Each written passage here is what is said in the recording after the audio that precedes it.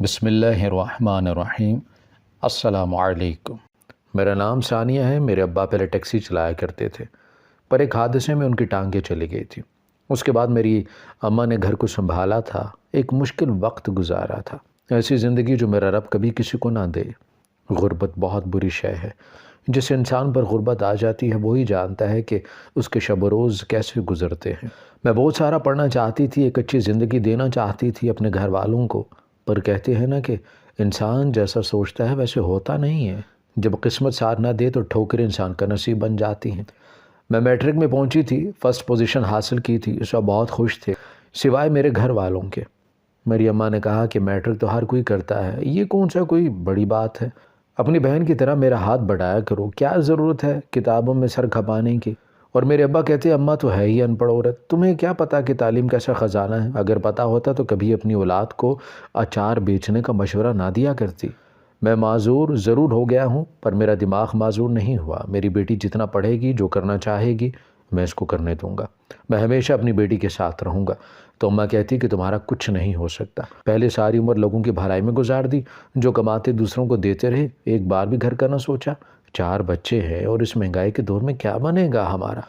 پر اب جب بستر پر پڑے ہو تو اب اولاد کے خواب پورا کرنے کا بھوت سوار ہو گیا ہے۔ میری اماں ایسی نہیں تھی، پر حالات نے ان کے اندر کڑواہٹ بھر دی تھی، جس کی وجہ سے وہ چڑچڑی سی ہو چکی تھی اور ابا کو باتیں سنا دیا کرتی تھی۔ میرے ابا تو شروع سے بہت حساس سے، کبھی ہماری آنکھ میں آنسو تک نہیں آنے دیا کرتے تھے۔ ابا نے ہمیشہ دوسروں کی مدد کرنے کا درس دیا۔ ابا کہتے کہ ہمیں ہر انسان کی مدد بنا کسی غرض کے کرنی چاہیے اور اس احسان کو ہمیشہ کے لیے بھول جانا چاہیے۔ ابا نے اپنی زندگی دوسروں کے ساتھ بھلائی کرنے میں گزار دی تھی، اور اب ویل چیئر پر آ جانے کے بعد ابا بالکل محتاج ہو چکے تھے۔ میرا رب ایسی محتاجی کبھی کسی کو نہ دے۔ اور پھر میری بہن کا رشتہ ہو گیا، پر بارات لانے سے پہلے ان لوگوں نے 2 لاکھ کی ڈیمانڈ کر دی، جبکہ میرے بھائی نے جہاں کام کرتا تھا وہاں بہن کی شادی کے لیے قرض لیا تھا۔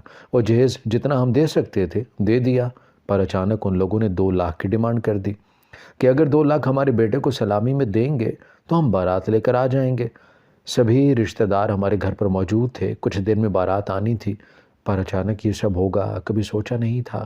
ہم سب بہت پریشان تھے اور میری بہن ابا کے پاس بیٹھی رو رہی تھی، کہنے لگیں ابا کاش ہم غریب نہ ہوتے یا پھر آپ اپنے پیروں پر ہوتے۔ دیکھیں آج آپ کی بیٹی کی بارات آنی ہے پر وہ لوگ پیسے مانگ رہے ہیں۔ پر تبھی بارات آنے کا شور سنائی دیا۔ میں نے اماں سے پوچھا اماں یہ لوگ کیسے آ گئے، جبکہ لڑکے کی ماں تو بہت باتیں کر رہی تھی۔ تو اماں نے کہا کہ بس کبھی کبھی ایک بہن کی خوشی کی خاطر دوسری بہن کو قربان کرنا پڑتا ہے۔ اور میں نہ سمجھی سے اماں کو دیکھا تھا، جو میرے سر پر ہاتھ رکھتی ہوئی اندر کمرے کی جانب بڑھ چکی تھی۔ دن گزرتے گئے، میری بہن اپنے گھر خوش تھی، پر اماں اب ہر وقت پریشان نظر آتی۔ جب ایک دن میں نے اماں سے کہا اماں مجھے کالج میں داخلہ لینا ہے، پہلے ہی سال ضائع ہو گیا ہے میرا، مجھے پڑھنا ہے تاکہ میں ایک قابل انسان بن سکوں۔ تو اماں نے کہا کہ جتنا پڑھنا تھا پڑھ لیا، اب میں تمہاری شادی کر دینا چاہتی ہوں۔ میں نے کہا کہ اماں کیسی باتیں کرتی ہو، ابھی تو بھائی کی شادی کرنی ہے۔ پر اماں نے کہا کہ تمہیں کسی چیز کی فکر کرنے کی ضرورت نہیں ہے، میں نے تمہاری ہونے والی ساس سے بات کی ہے، اس کو بولا ہے کہ تم جتنا چاہو پڑھ سکتی ہو، بلکہ تمہارے ہونے والے شوہر کو بھی کوئی اعتراض نہیں۔ اور رہی بات تمہارے بھائی کی تو اس نے خود منع کیا ہے، کیونکہ تمہارے سسرال والوں نے تمہارے بھائی کو اس کی اپنی ذاتی دکان بنا کر دینے کا فیصلہ کیا ہے۔ میں اماں کی باتوں پر حیران تھی۔ میں نے کہا کہ اماں میرا رشتہ طے کر دیا، مجھے بتایا بھی نہیں، اور میرے سسرال والے ان کو کیا ضرورت ہے ہمارے اوپر اتنی مہربانی کرنے کی، اور کیا ان لوگوں کے پاس اتنا پیسہ ہے کہ وہ ہماری مدد کر سکے۔ تو اماں نے کہا کہ میری بیٹی تم بہت خوش نصیب ہو، تمہاری وجہ سے دیکھو تمہارے سب بہن بھائیوں کے نصیب جاگ گئے، اب تو مجھے بھی کوئی خاص کام نہیں کرنا پڑتا، بہت اچھے لوگ ہیں تو تمہارے سسرال والے۔ اپنی ماں پر بھروسہ کرنا سیکھو، کیا ہر وقت باپ کے نقش قدم پر چلتی رہتی ہو۔ اور میں اس دن اپنی ماں کا اعتبار کر لیا تھا اور ابا کے پاس جا کر بیٹھ گئی۔ ابا بالکل خاموش ہو چکے تھے، بس کسی نہ کسی کتاب میں یا اخبار میں سر دیے بیٹھے رہتے۔ میں ابا سے ڈھیر ساری باتیں کیا کرتی تھی، پر جب سے میرا رشتہ ہوا تھا ابا بالکل چپ تھے اور مجھے کہنے لگے کہ ثانیہ تمہیں میں تمہارے چچا کے گھر بھیج دوں، میرا دل نہیں مانتا اس رشتے کے لیے، اور میں نے تمہارے چچا سے بات کی ہے، وہ کہہ رہے تھے کہ وہ تمہاری پڑھائی کا سارا خرچ اٹھائیں گے۔ تو تبھی اماں نے یہ بات سن لی۔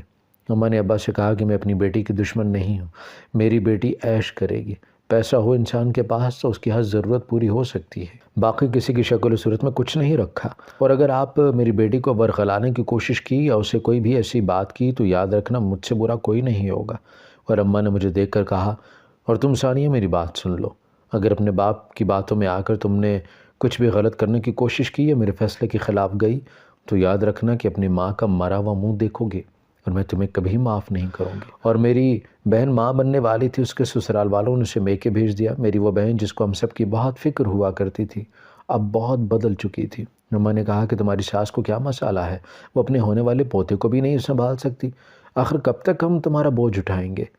تو آپ ہی نے کہا کہ اماں کیا ہو گیا ہے، آپ کے پاس پیسہ آ گیا تو آپ لوگ بڑی بڑی باتیں کرنے لگے ہیں، میں آپ کی بیٹی بھی ہوں، اگر میری ساس نے مجھے بھیج دیا تو یہاں تو کون سی بڑی بات ہوگی، ویسے بھی میں خود میکے آنا چاہتی تھی، اور آپ لوگ ایسا کریں میرے شوہر کو الگ دکان لے کر دیں، وہ اپنے بھائیوں کے ساتھ کام نہیں کر سکتا، ہر وقت وہ اس کو تانے مارتے ہیں۔ تو میں نے کہا کہ ہوش میں ہو تم، پہلے ہی 2 لاکھ روپے دے دیے تمہارے شوہر کو انہی لوگوں کی ڈیمانڈ پر، اب دکان کا کہہ رہے ہو؟ ہمارے پاس خزانہ نہیں ہے، ویسے بھی ثانیہ کے سسرال والوں نے صاف صاف کہہ دیا ہے کہ وہ مزید کوئی مدد نہیں کریں گے جب تک ثانیہ کی شادی نہیں ہو جاتی۔ ان کو لگتا ہے کہ کہیں ہم مکر ہی نہ جائیں جو ابھی تک ثانیہ کی کوئی بات نہیں کر رہے۔ تو آپ ہی نے کہا کہ صحیح ہے اماں، پھر اس کی شادی کی تیاری کرو، ویسے بھی یہ کون سا کوئی حور پری ہے جو کسی ملک کے شہزادے نے اس کو بیاہ کر لے کے جانا ہے۔ میرا دل بہت دکھا تھا اپنی بہن کی بات پر، اور میں ابا کے پاس چلے گیا۔ میں نے کہا کہ ابا میری شادی ہو جائے گی اور پھر پتہ نہیں میں کبھی آپ سے مل سکوں گی بھی یا نہیں۔ تو ابا نے کہا کہ بیٹی اپنے باپ کو معاف کر دینا، میں کچھ نہیں کر سکا تمہارے لیے، تم میری ہونہار اور قابل بیٹی تھی، اور دیکھو میں تمہاری ماں کو سمجھا نہیں سکا۔ ابا کی آنکھوں میں آنسو تھے اور مجھے اپنے باپ کی آنکھوں میں آنسو بہت تکلیف دے رہے تھے۔ مجھے ابا کی باتوں سے ایسا لگا تھا کہ جیسے اماں نے مجھے بیچ دیا ہو، اور اسی وقت اٹھ کر اماں کے پاس گئی اور ان سے کہا کہ آپ نے لڑکے کا نام تو بتا دیا تھا پر مجھے کبھی اس کی تصویر نہیں دکھائی۔ تو اماں نے کہا کہ وہ لڑکا تمہیں پسند کرتا ہے، اس نے تمہیں کہیں دیکھ لیا تھا اور رشتہ بھیج دیا۔ وہ لوگ گئے گزرے نہیں ہیں جو تم شک کر رہی ہو، بس میں کسی کو ابھی تک اس لیے نہیں بتایا کہیں کوئی اس رشتے میں ٹانگ نہ اڑا سکے۔ اس لڑکے کو خود نہ لے اڑے، اور اب تصویر کی ضرورت نہیں ہے، وہ لوگ کچھ دن میں شادی کی تاریخ لینے آئیں گے، پہلے 2-3 سال ہو چکے ہیں پر وہ مزید انتظار نہیں کر سکتے۔ مجھے خوشی بھی ہو رہی تھی کوئی مجھ سے محبت کرتا ہے، وہ بھی اتنے بڑے گھر کا لڑکا۔ میں دن رات اپنے ہونے والے شوہر کی خواب دیکھنے لگی۔ مجھے یقین تھا کہ میرے ماں نے میرے لیے کچھ غلط نہیں سوچا ہوگا، آخر میری ماں نے بھی دنیا دیکھی ہے، بال دھوپ میں تھوڑی نہ سفید کیے ہیں۔ لڑکے کی ماں اکیلی آئی اور اماں سے کہا کہ وہ سادگی سے نکاح کرنا چاہتی ہے، میرے شوہر کی کچھ عرصہ پہلے موت ہوئی ہے اور مجھے ویسے بھی شور شرابہ پسند نہیں ہے۔ میری شادی کی تاریخ طے ہوگی، میں بہت خوش تھی پر کہیں کہیں دل کہہ رہا تھا کہ کچھ غلط ہے جو مجھے نہیں پتا۔ ابا بالکل بستر سے لگ چکے تھے، ان کی طبیعت اب سنبھلتی نہیں تھی، ڈاکٹرز کہتے کہ عمر ایسی ہے، اور اماں نے میرے ساتھ میرے بھائی کی بھی شادی کر دی۔ وہ اپنی پسند کی لڑکی کو پا کر بہت خوش تھا، پر میرا اتنا لمبا گھونگھٹ نکال دیا تھا کہ مجھے کچھ دکھائی ہی نہیں دے رہا تھا، اس لیے اپنے شوہر کو نہیں دیکھ سکی اور ہمارا نکاح ہو گیا۔ میں بہت خوش تھی پر خاندان کی کچھ عورتوں کی باتیں مجھے پریشان کر رہی تھی۔ میرے ساتھ میری بہن بیٹھی تھی، میں نے کہا کہ آپ یہ ایسا کیا ہوا ہے جو سب الٹی سیدھی باتیں کر رہے ہیں؟ تو کہنے لگیں کچھ نہیں، یہ سب تمہارے نصیب سے جل رہے ہیں۔ میں تب بھی خاموش ہو گئی، پر جب گاڑی میں بٹھایا گیا تو میں نے اپنے شوہر کو دیکھا اور مجھ پر قیامت ٹوٹ پڑی۔ مجھے اس وقت کچھ سمجھ نہیں آ رہی تھی، میری ساس نے مجھے گاڑی کے اندر ایسے دھکا دیا جیسے مجھے اغوا کر کے لے جایا جا رہا ہو، اور میرا شوہر وہ بہت خوش تھا۔ اور پھر میں اپنے سسرال آ گئی جہاں کسی کو بھی ذرا خوشی نہیں تھی اور نہ کہیں سے بھی گھر شادی والا لگ رہا تھا۔ ایک نوکرانی نے مجھے کمرے میں بٹھا دیا، میں نے اس سے کہا کہ خالہ جو میرے ساتھ کار میں بیٹھ کر آیا وہ میرا شوہر ہے۔ مجھے ابھی تک لگ رہا تھا کہ کاش وہ کہہ دے نہیں وہ تمہارا شوہر نہیں ہے، کیونکہ اتنا بدصورت اور اتنی عمر کا شخص میرا شوہر نہیں ہو سکتا۔ پر اس نوکرانی نے بتایا کہ بیٹی وہی تمہارا شوہر ہے، میں نے تمہاری ماں کو بہت سمجھایا تھا اور بتایا بھی تھا کہ یہ شخص اچھا نہیں ہے، پہلے ہی اپنی 2 بیویوں کو طلاق دے چکا ہے، پر تمہاری ماں نے سنی نہیں، اور وہاں اپنی ساس سے بچ کر رہنا، کوشش کرنا کم سے کم اس کے منہ لگو۔ جب سے بڑے صاحب کی موت ہوئی ہے سبھی ملازم بھی جا چکے ہیں، کیونکہ یہ ماں بیٹا اتنے عیاش اور منہ پھٹ ہیں کہ توبہ توبہ، اور وہ عورت جس گھر میں کام کرتی تھی اتنا کہہ کر چلے گئی، پر اس کی باتوں نے میرے اندر مزید خوف پیدا کر دیا تھا۔ میں اپنی بے بسی پر رو رہی تھی، میری عمر 22 سال کی تھی اور میں بہت خوبصورت تھی، پر وہ میرا شوہر وہ مجھ سے 2 گنا بڑا تھا، اور وہ اچھا انسان بھی نہیں تھا، وہ شرابی تھا جس کو میں کئی بار گلی میں دیکھ چکی تھی، اور ہمارے محلے سے کچھ دور گھر تھا۔ میں جی بھر کر رونا چاہتی تھی، میری ماں نے میرے ساتھ یہ سب کیا کر دیا، کاش وہ ایک بار میرا سوچ ہی لیتی، مجھے کبھی اس دلدل میں نہ دھکیلتی۔ چند کاغذ کے ٹکڑوں کی خاطر میری ماں نے میرا سودا کر دیا، ایک ایسے شخص کے ساتھ جو شوہر کم اور میرا باپ زیادہ لگتا تھا۔ وہ جیسے کمرے میں آیا، میں رو رہی تھی، کہنے لگا لگتا ہے تمہارا پہلے کہیں چکر چل رہا تھا جو اپنے عاشق کو یاد کر کے رو رہی ہو۔ میں نے کہا کہ ایسی بات نہیں ہے، پر اس نے میری ایک بات نہ سنی، اچانک سے وہ لڑکھڑا کر گر گیا۔ اس نے شراب پی رکھی تھی جس کی وجہ سے وہ گر چکا تھا، اور میں ساری رات بیٹھی روتی رہی اپنے نصیبوں کو، اور صبح ہوتے ہی اپنے میکے چلی گئی اور ابا کے گلے لگ کر جی بھر کے روئی تھی۔ پر میں کیا جانتی تھی میرا باپ مجھے ہمیشہ کے لیے چھوڑ جائے گا۔ میری شادی کے دوسرے دن میرا باپ اس دنیا سے چلا گیا تھا، اور میری ماں وہ مجھ سے آنکھیں نہیں ملا پا رہی تھی۔ میں کسی سے بھی کوئی بات نہیں کی۔ اماں نے مجھ سے بات کرنا چاہی تو میں نے کہا کہ اماں بس کر دے، اب مجھے بیچ دیا، مجھے ایک بار بھی سچائی نہیں بتائی۔ ماں آپ جیسی تو نہیں ہوا کرتی جو اپنی باقی اولاد کی خوشیوں کی خاطر دوسری بیٹی کو ہی قربان کر دے۔ آپ سب نے اچھا کیا، اور اب جب میرا باپ اس گھر میں نہیں رہا تو میرا بھی اب سب سے رشتہ ختم ہو گیا، اور میں اپنے سسرال واپس آ گئی، جہاں میری ساس پہلے غصے سے تپی بیٹھی تھی۔ کہنے لگیں کیسی بیوی ہو، اپنا شوہر نہیں سنبھال سکتی، وہ رات سے گھر نہیں آیا اور تم میکے میں بیٹھی تھی۔ بیوی بس کر دو ایسی حرکتیں، تمہیں مفت میں نہیں لے کر آئے، تمہارے میکے والوں نے خوب پیسہ لوٹا ہے ہم سے، میں سب کچھ بہت اچھے سے جانتی ہوں۔ اور میں اپنی ساس کو بولتا چھوڑ کے کمرے میں چلی گئی، اور میں رونے لگی تھی۔ میں بے بسی کی انتہا پر تھی، اور پھر مجھ پر غنودگی طاری ہوگی، اور میں وہیں بیٹھے بیٹھے سو گئی۔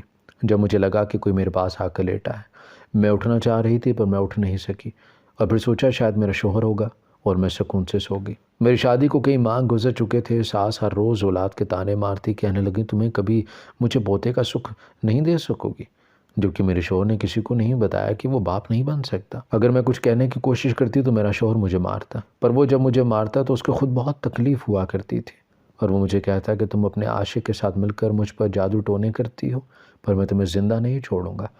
میری شادی کو 3 سال ہو چکے تھے، میں اپنے شوہر کی مار کھا کھا کر تھک چکی تھی۔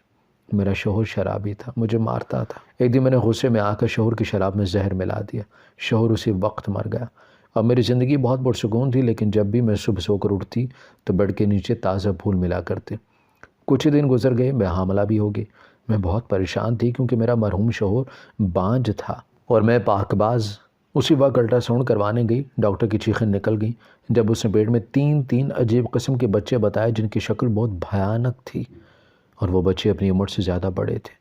میری سمجھ میں نہیں آ رہا تھا کہ میں کیا کروں، کس سے بات کروں۔ میری طبیعت بھی عجیب ہوتی جا رہی تھی، سارا راستہ روتے ہوئے گزر گیا، اور جب گھر پہنچی تو میری ساس نے مجھے سر سے پیر تک دیکھا، کہنے لگی جس کے ساتھ منہ کالا کیا ہے اسی کے ساتھ دفع کیوں نہیں ہو جاتی؟ میرے بیٹے کو تو کھا گئی منحوس، اب اس گھر میں کیا لینے آئی ہو؟ میں ہر روز اپنی ساس کو یقین دلاتی، ان سے کہتی کہ میں پاک باز ہوں، میں نے کچھ نہیں کیا، پر میری ساس نے پھر سے لڑائی شروع کر دی، اور میں سوچنے لگی کاش میری ساس ہمیشہ کے لیے چپ ہو جائے۔ میں ایسی نہیں تھی، پر مجھ سے گناہ ہوا تھا، بہت بڑا گناہ۔ کیوں ہوا، کیسے ہوگا، اس کا مجھے خود علم نہیں تھا۔